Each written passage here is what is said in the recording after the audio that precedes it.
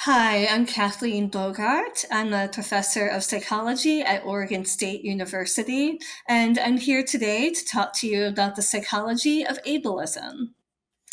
So I want to start by telling you about what brought me to the field of psychology. And I like to say that I've been interested in psychology ever since I was born because I was born with a rare disability called Mobius syndrome. And this condition involves limited side-to-side eye movement and, most importantly, facial paralysis. So I learned fairly early on that I communicated in a different way than most other people. And so this experience made me fascinated with communication, with the way other people express themselves, and the ways that I could adapt to be sure that I was understood as well.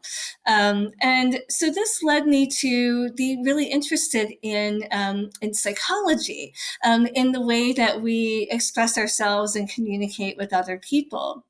And so in my undergraduate years, I pursued a psych major and fortunately was involved in a couple of research labs in psychology. I talked with my mentors about what I should do to kind of move on and pursue a career in psychology. And, one of the bits of feedback was that I should look at what the current research suggested about my own experience, about Mobius syndrome. So I set about to do a term paper on that very topic and hadn't really looked into the research before at all, but kind of imagined in my head that I would show up at the library and kind of emerge with a stack of articles to write about. And, that dates me because I'm talking about bringing out stacks of physical articles, right? But I was disappointed for a few reasons. So first I found that there were only a handful of articles that had ever been done on Mobius syndrome in psychology. And unfortunately, that meant I didn't have enough citations to meet the requirement of that term paper. But also, it meant that my chosen field had not put an emphasis, had not made a point to understand the experiences of people like me. And so I realized then that either, I could leave this field and pursue another path because maybe it was not interested in experiences like mine. Or I could follow a different path and start to forge my own way, to start to learn about the experiences of people with Mobius syndrome and other types of facial paralysis. And ultimately, that is what I chose to do. And throughout the talk today, I'll talk about a few of the barriers and facilitators that I experienced along the way in beginning this journey in the social sciences, because I think many of us in this virtual room support people who have disabilities who would like to go into the sciences. To highlight one thing that happened early on is that once I learned that I wanted to study the psychology of facial paralysis, I ran into a barrier such that there weren't a lot of researchers who were doing this type of research, and graduate academic work in research, including in psychology, usually follows an apprenticeship type model where you find an expert who already works in the area that you'd like to go into. Well, that's really difficult when you're trying to forge a new area of research. I also really craved having mentors or fellow students who had disabled identities like mine. And I wasn't able to find those when I was in graduate school. Luckily, I did find some wonderful ally mentors who really inspired me to think creatively and were very flexible in working with me. So Fortunately, I graduated with my PhD and then went on to the faculty position that I'm in today at Oregon State University. I've now conducted some of the largest and most comprehensive studies on Mobius syndrome, facial paralysis, and then more broadly, I've begun to look at the psychosocial experiences of people with rare disorders and disabilities in general. So today I'll talk to you about a mixture of that research and some insights from advocacy work that I've been doing. So we are going to start with a definition of disability. And then we're going to talk about what psychology has to say about ableism. We'll talk about language surrounding disability, and we'll talk about some research and ideas around disability pride and disability community. And I view those as really clear steps towards the last point, which is anti-ableist STEM pathways. So let's get started. First, let's take a moment to define disability. And of course, many of us in this room know that disability can be defined and constructed in many different ways. I tend to really like this definition from the UN Convention on the Rights of Persons with Disabilities because it's really broad and intersecting. So it says that disability is a physical or mental impairment that interacts with social barriers. And 16% of our world's population experience significant disabilities. And in America, about 19% of our population has a disability. Disability is a unique minority because it intersects with all other minority identities, and in fact is more likely to intersect with minoritized identities than with majority groups. And it's also the only identity that you can either be born into or that you could join at any time in your life. So let's talk a bit about different types of disabilities because this category is very diverse. Often when the general public thinks about the word disability, they think about a mobility disability. And in fact, that is the literal symbol of disability in this and many other countries, right? So I'm showing here the symbol that we see on bathroom doors and on our accessible parking spaces, an icon of a person with a disability sitting in a wheelchair. However, disability is much broader than just this one type. Right? So there are sensory disabilities, including blindness and deafness and hearing impairment, intellectual disabilities, cognitive learning disabilities, neurodivergence. And then there are many conditions that are quite invisible, including some of the ones I talked about above, and especially conditions like chronic health conditions. Some other disabilities that we think of kind of less stereotypically as disabilities include communication disabilities, like a speech impairment, like I have, mental health conditions, like significant anxiety, depression, schizophrenia, etc., and craniofacial or facial differences like mine. So all of these and many more can be considered disabilities, but often we only think of the first 1, 2, or 3 in this list as a prototypical disability. So I'm here to remind us that disability is much broader than you think. And I want to now talk about some of the kind of dominant underlying assumptions that we have about disability. So I'm going to talk to you about 3 different models of disability. And the first one is called the moral model.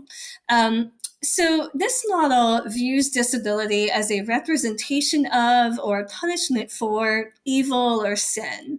And people watching this might be thinking that this is a pretty antiquated way of thinking about disability. But I'm here to tell you that it is actually still the most dominant way of thinking about disability in our global society. And also, people might be thinking, oh, well, this is no longer prevalent in American culture. But indeed, we have plenty of vestiges in our current culture. And here I have a few examples displayed. So we often see in our media, in our movies, that the villains are depicted as having a disability or a visual difference. So many of these are Disney movies, including Captain Hook from Robin Hood, and we've got Scar from The Lion King. So both of these villains are actually named after their disability. And then we've got Jason from A Nightmare on Elm Street, and we've got Voldemort, right? So many of these, except maybe The Nightmare on Christmas, is kind of targeted for children, right? And many of our children have seen these sort of things. So I want us to think for a moment about the types of messaging that this sends to our children. So, we're sending children a message that maybe disability or difference is a shorthand for evil, right? So the next model I'm going to talk about is the medical model. And this is the most common model in American dominant culture. And this says that disability is a dysfunction, an abnormality, or pathology within the individual. And that means that it's the responsibility of individuals, their family, and maybe an esoteric group of healthcare providers. So this model, can be lauded for several reasons, including improving the quality of life and comfort and length of lives of people with disabilities and health conditions. However, our understanding of disability is not complete until we take into account the role of society. So that's where the social model of disability comes in. And this model says that society is the primary cause of disability. And the quote unquote problem lies in society and not in the individual. So, for example, our social and physical architecture are built on the assumption that everyone can walk, hear, and see. So, I want to do a thought experiment with you. There is actually an impairment in the United States that approximately 75% of our population has, but we don't consider it a disability. So I want you to take a moment and just try to guess in your head what you think this is.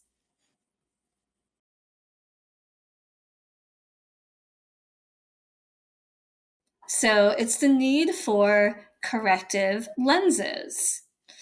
So this is also called refractive error. And we can think about why refractive error is not usually considered a disability. And it goes to the idea that disability is socially constructed. So because refractive error is nearly universal, we have built a society and accommodations around our ways of being that allow us to flourish. So indeed, corrective lenses may be the first assistive technology ever invented. They were invented in the 13th century. And we can spend a minute thinking about why they were developed so early. And, sometimes people will kind of make a quick knee-jerk response to this question. And they'll say, oh, because corrective lenses are easy to develop and make.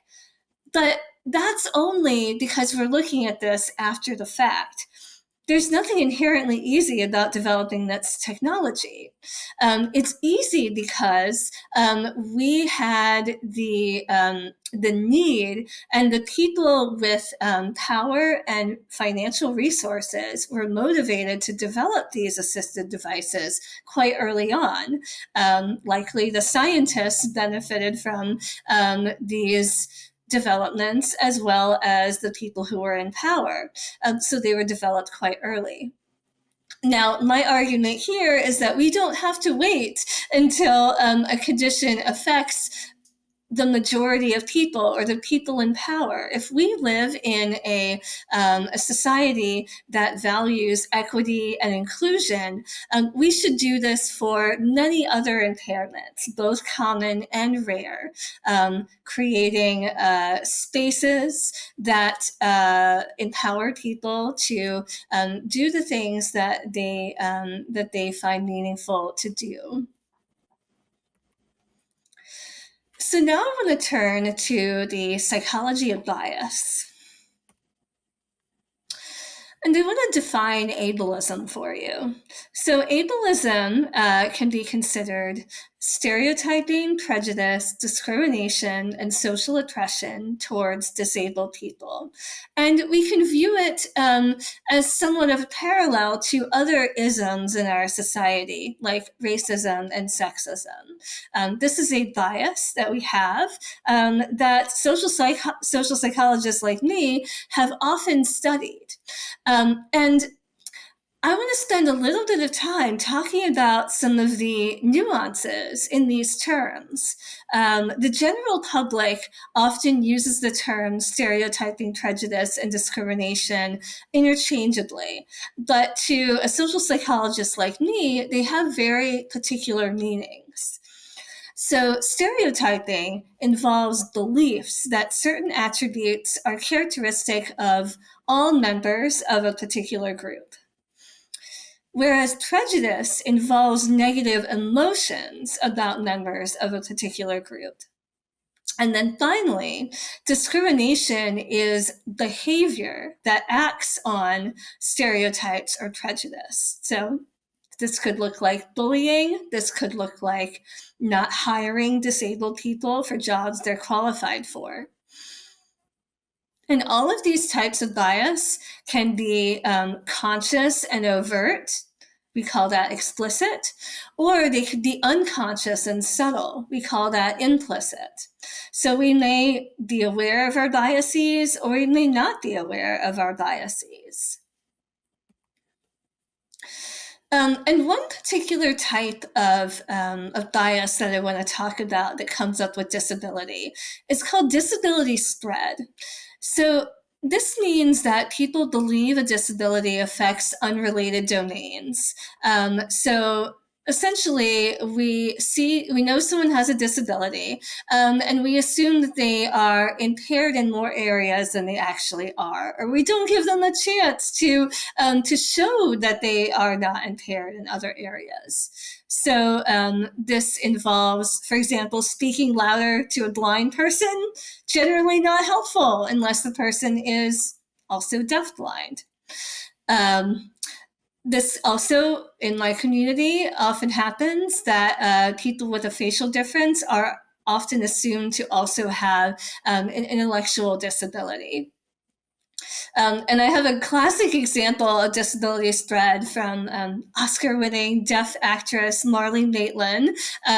So she said one time she was on a plane and she was recognized by the flight attendants.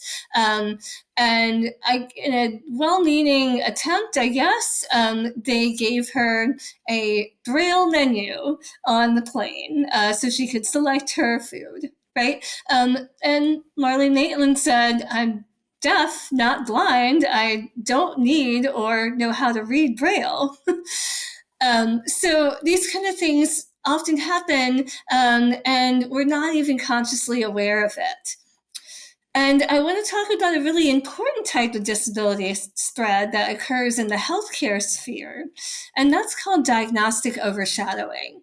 So this means that there is a failure to investigate or diagnose a co-occurring disorder, and instead attributing symptoms to an existing disability. So that means, I might go into my physician's office and say I have a cold. Could you look into my cold-like symptoms?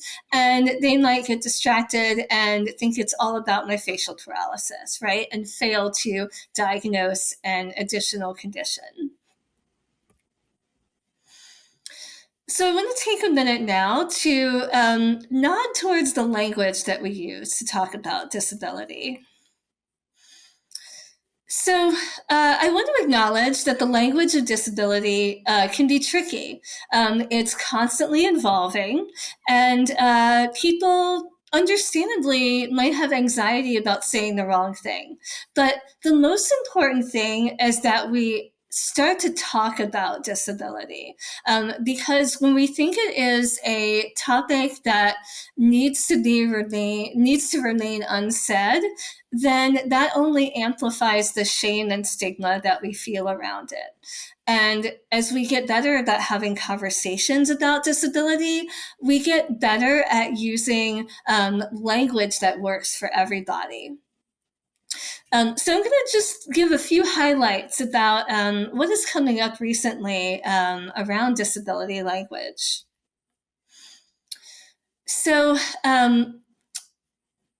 because of the intense stigma that still exists in our ableist society, it's common that we hear language that is negatively laden around disability. So we might see something like Zoe suffers from spina bifida, or Marcus is wheelchair bound.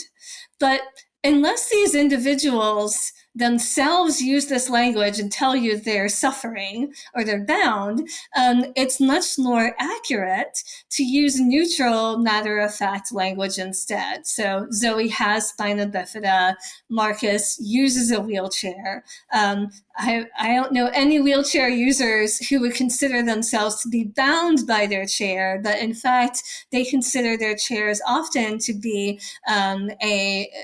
a way to empower their movement. And you may, in these spaces, hear terms like differently abled and special needs as well. And there's a recent conversation about using these terms, and we actually consider them to be euphemisms. And when we look at the name or look at the definition of what a euphemism is from the Oxford English Dictionary, we can start to understand why there might be a problem. So a euphemism is a mild or indirect word or expression substituted for one considered to be too harsh or blunt when referring to something unpleasant or embarrassing. So here we can see that when someone uses the word special needs or differently abled, maybe they're dancing around the idea of saying the word disability because disability is thought to be too shameful. Well, we want to stamp out that shame. And in fact, disability activists are encouraging people to hashtag say the word disabled, because there's nothing wrong with being disabled. It's just a natural human way of being, a natural type of variance. I've also seen the hashtag disability is not a bad thing, right? So again, we're being encouraged to talk matter-of-factly about this natural human variation. And then finally, you might be aware of a bit of a conversation around person first versus identity first language. So examples of person first language include person with cerebral palsy, and the idea behind this is it describes what a person has, not what a person is. But then identity first language might sound like deaf person or autistic person. And the rationale for using this is that taking a social model approach to disability, disability is a part of someone's identity and a social construction. So drawing from autism activist Lydia XZ Brown, they say autistic is another marker of identity. It's not inherently good, nor is it inherently bad. So, you're probably wondering, well, how do I know what I should say, right? And the best answer to this question is to ask the individual what their preferences are. Sometimes I tell my psychology students that if you don't know if you are talking about a large group of people, maybe you want to default to person first or use them interchangeably, which is now what the APA recommends doing. And again, I'm bringing up these ideas not to be prescriptive, but to kind of raise your consciousness that these conversations are happening so that you can have these conversations with the people with disabilities that you support. And now I want to turn to the ideas of disability pride and community, which are starting to burgeon. So, disability pride, like many other identity pride movements, involves accepting disability as an important and valued part of the self. It means feeling solidarity with others who share that identity. And indeed, disability pride parades and events have now been held in many major US cities. And there is some growing research on the psychological benefits of disability pride. Research by myself and my colleagues have found that it's associated with lower depression and anxiety, higher satisfaction with life.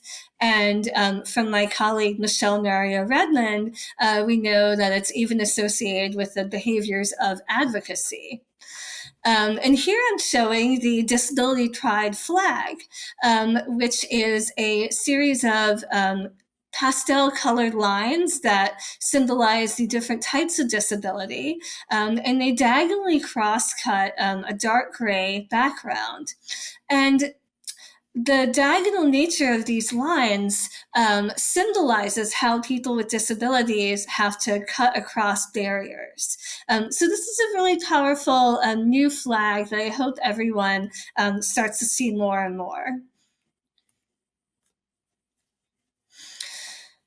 So, with the benefits of disability pride, it also makes sense to think about disability community. So, community is one of the main ways that we develop pride in our identities. However, at this point, we find that in America, more than half of disabled people do not have a single friend with a disability. However, disabled psychologist Ariel Silverman finds that having even one disabled friend increases well-being. And the really cool thing about this finding is that it's not specific to disability type. So cross-disability friendships have the same benefits as being in a friendship with someone with the same type of condition as you. So this means that we don't have to, spend a ton of time matching people based exclusively on their medical condition, but rather by helping people to find connections across this diverse group. So I want to turn to some ideas around how we can support children, parents, and families, especially so that they can have a strong education and support for them to go on into STEM fields if they so choose. It's really important to start modeling self-advocacy for children with disabilities at a very young age.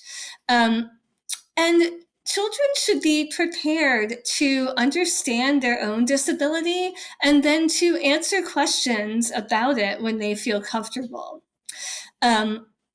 A child with a disability will have their disability noticed, and they will be asked about it by children and probably by educators and healthcare providers, even when they're little.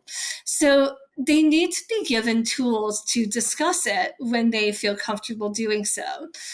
Otherwise, you'll set them up for invalidation, unfortunately. If parents don't have conversations with their children about what their disability is and how to talk about it and how to advocate for themselves when these situations come up, children may believe that their experience is strange and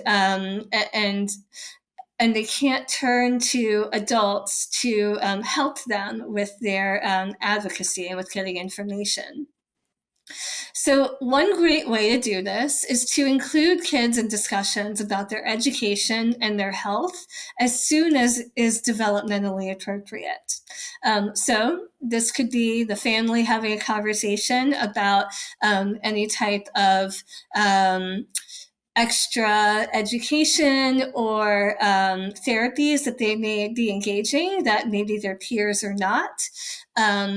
This also might involve including kids in IEP meetings as they get older and when it's appropriate, and also including them in the room in discussions with their doctors and encouraging them to ask their doctors questions as well. All of these things will set up kids for success as they transition into adulthood, right?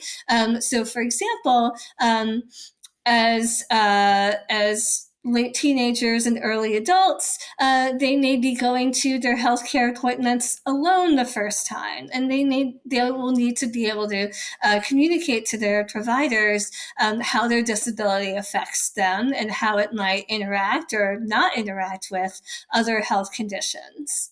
Similarly, when kids transition into college life, they no longer have an IEP if they had one when they were in, say, high school. And the onus is on the young person with a disability then to advocate for their own disability services at college and university. And so they should feel confident and prepared to do so. And, building on the conversation around disability pride and community, we can see that this can be quite beneficial for disabled people.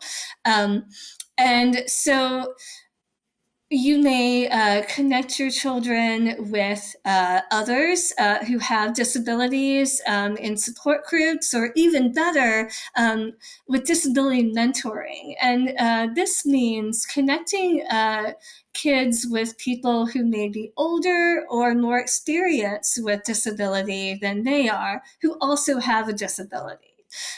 So this would support disability pride and community, and also help the child develop language around how to talk about their disability and how to advocate for themselves. So I want to now turn to talking about how we can build anti-ableist STEM pathways. So there are a number of barriers and facilitators to disability inclusion in STEM. So let's start with some of the barriers. Disability is what we call a solo status often. So solo status means that you might be the only person in your family or even in your community with that identity. So disability is most likely to not be heritable, although, of course, there are heritable disability conditions. So this means that most children with disabilities will not have family members or parents who have that disability.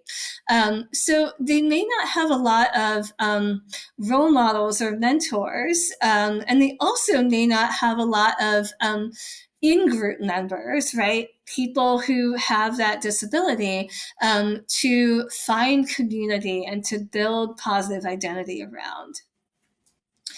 Additionally, the majority of disabilities are invisible or non-observable.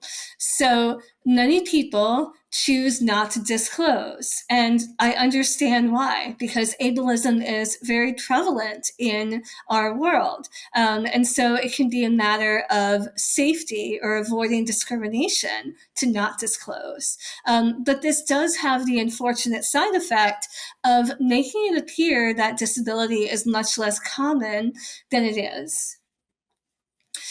And we can see that for these reasons and many others, there's a leaky pipeline in STEM.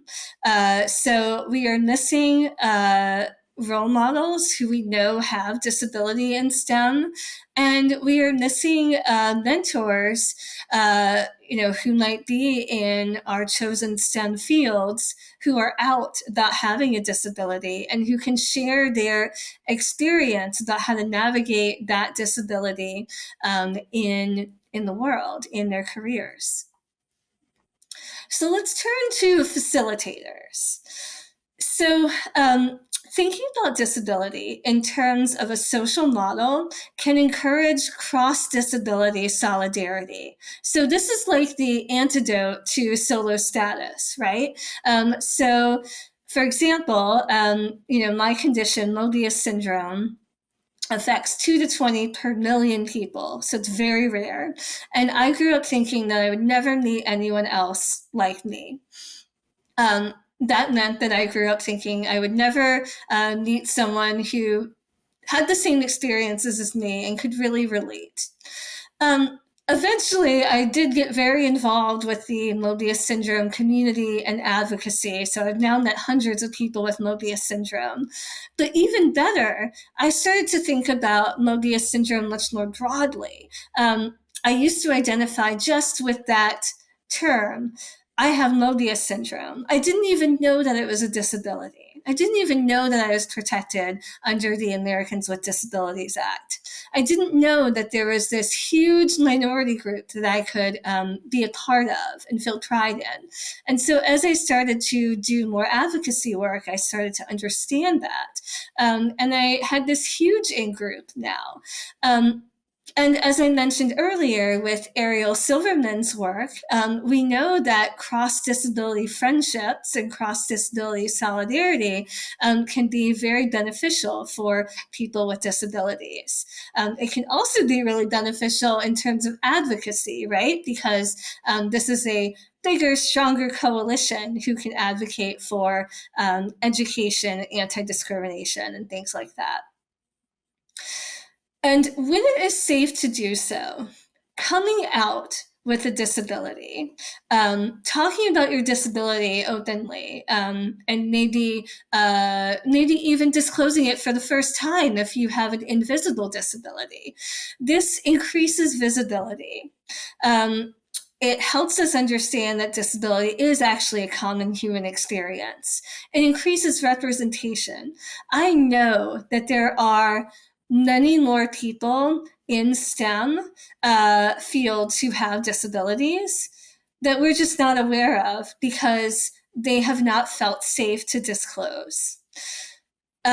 So by disclosing when it is safe for you to do so, when you are in a relative position of power, then you can create space for people who are in lower positions of power, students, people who aspire to go into your fields, to see a path that they can follow and to find maybe you or someone like you to be a mentor. This also creates instant social support. So I like to use the example of a class I teach at Oregon State University. I teach a class called Psychology of Disability, and no one is, expected to disclose any disability status if they don't want to, but we spend so much time in that class talking openly about disability that many students kind of naturally feel compelled or want to disclose and talk about their experiences in class. And many students tell me that they will kind of disclose or come out for the first time to friends that they have, maybe at OSU or beyond. And this is often a really powerful experience because the student will, come out to their friends and say, hey, I have a learning disability. And then it turns out that several of their friends also had a learning disability that they weren't disclosing because of fear of stigma, right? And that empowers them to feel safer. And then they have instant social support. The friends that they already have, it turns out, have even more in common with them than they originally knew. So kind of the higher level response to the challenges of getting disability inclusion in STEM is that we need to be sure to put disability front and center in our disability and in our diversity initiatives in STEM. We've done a pretty good job about thinking about some aspects of diversity in STEM, but disability still lags behind as an identity that we are really amplifying and making sure to include. So before I leave you today, I want to just share a few examples of little advocacy things that my students and I have done at Oregon State University, with the hope that maybe it might give you some ideas about how to educate and advocate around disability. So usually about once a year, we have a community event in our quad where we talk about something relevant to our research. This particular year, we were interested in telling people about raising awareness about how common disability is. And so, among other things at our table, plenty of candy and treats because college students love that. We had this activity where we just asked people to put up a thumbtack on a bulletin board under the heading yes or no in response to the question, do you or someone you know experience disability? And we had an overwhelming number of thumbtacks under the yes category and only a couple under the no category. And I will tell you that we had one of my students there kind of educating people. If they started to kind of move towards the no section, they would say, hey, did you know that most disabilities are invisible? Did you know that many conditions like significant anxiety or depression or learning disabilities or ADHD or disability? And once people started to understand the breadth of disability, most people realize, oh yeah, I have a disability, or a family member has a disability, or a friend has a disability. So this is a really nice interactive way to remind people about how common disability is and how relevant it is to even college students. And here's an example of another event that we did to advocate. This time it was around Mobius Syndrome Awareness Day, which is on January 26th. So on this day, we wanted to raise awareness about expressive diversity, the idea that people with Mobius syndrome express themselves with many other expressive channels besides their face, with their voice, with their gestures, with their fashion, and in fact, that everybody expresses themselves in a variety of ways. So we invited people to come up to our table in the quad and fill out sign templates like this that answer the statement, I express myself with. And we also handed out information about Mobius syndrome and expressive diversity. And we got featured on the cover of our local newspaper here, which is very exciting, especially for my students. Here you can see James Gaither, who was a psychology student of mine who went on to get his doctorate. And we had a number of people who filled out signs, both with and without Mobius syndrome. So lots of people with Mobius syndrome ended up independently putting writing. That seemed like a really popular way to express oneself.